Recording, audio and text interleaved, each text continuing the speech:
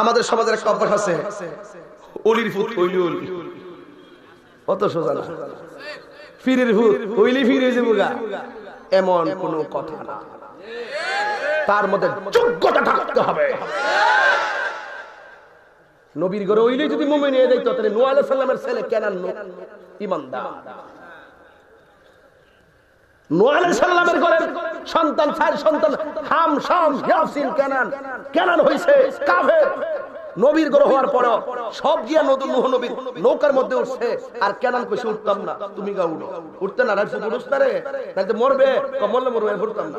হ্যাঁ, নীল নদের মধ্যে সরি প্লাবনের মধ্যে ডুবে মারা গেছে।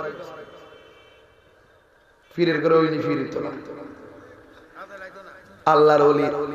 ঠিক আছে,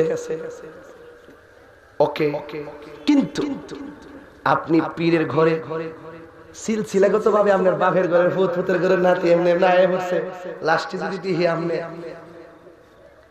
গাঞ্জা খান, যদি আপনি গিরার নিচে প্যান্ট পয়রা স্টেজে ওঠেন, যদি আপনি 5 ওয়াক্ত নামাজ না পড়েন, আপনার দাড়ি যদি কুচা কুচা কুচা কুচা হয়, আপনি যদি 5 ওয়াক্ত আজান দিলে দোকানে বসা সুরুট খান, আপনার বাপের মুরিদরা আমনের পীর মানলেও আমি তাহিরি মানি না। হাত দিলা হাত দিলা কোন, হাত দিলা কোন, ঠিক কিনা বলো?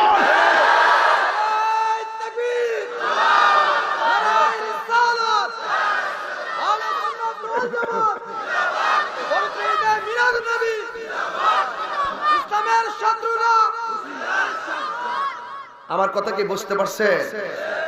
আমি একসাথে সরল ভাষা কি আছে? যোগ্যতা লাগবে। কি লাগবে? যোগ্যতা লাগবে রে বাবা, যোগ্যতা লাগবে। আপনার বাবা এত কামেল ছিল, আপনি এত গায়রে কামেল হলেন কই থেকে? আপনার বাবা যেই পথে চলে ওলি হয়েছেন, হাজার হাজার তরিকতের চারা লাগাইছেন, আপনাকে সেই বাবার মতো হতে হবে।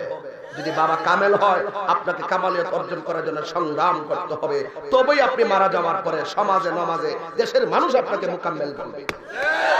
নাইলে সবাই বললো আমি বলি।